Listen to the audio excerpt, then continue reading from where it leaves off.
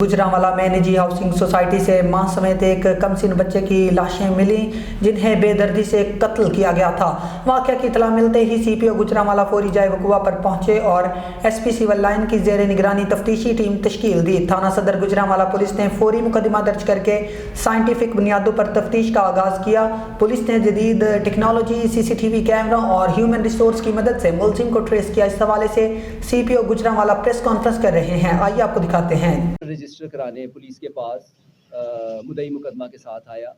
इसके अलावा इसने पोस्टमार्टम के बाद लाश भी वसूल की, जनाजा भी करवाया और पुलिस के साथ पहले दिन से इन्वेस्टिगेशन में इमदादी पुलिस था और कैमरा जात भी चेक कर रहा था। और जब उसने देखा कि पुलिस कैमरा चेक करते करते उस लेवल तक पहुंच गई है जहां के वो एक्सपोज होने लगा है, तो वो स्लिप कर गया।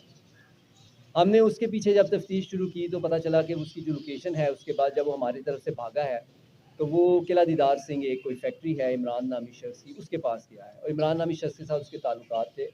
और एक और दिलचस्प बात यह है कि उस इमरान नामी शख्स का 12 साल का बेटा भी दिसंबर से मिसिंग था और उसकी जो FIR है वो लदेवाला बडाइच थाने में रजिस्टर है। वहाँ से उसने मोबाइल चेंज किया, फिर एक और पॉइंट के ऊपर गया, वहाँ से एक तीसरा मोबाइल चेंज किया। यहाँ पे मैं ख़ास तौर पे शुक्रिया अदा करूँगा हमारी जो मुल्क की एस इंटेलिजेंस एजेंसीज़ है, जिससे मैंने मदद की दरख्वास्त की और उन्होंने हमें इसको लोकेट करने में मदद की।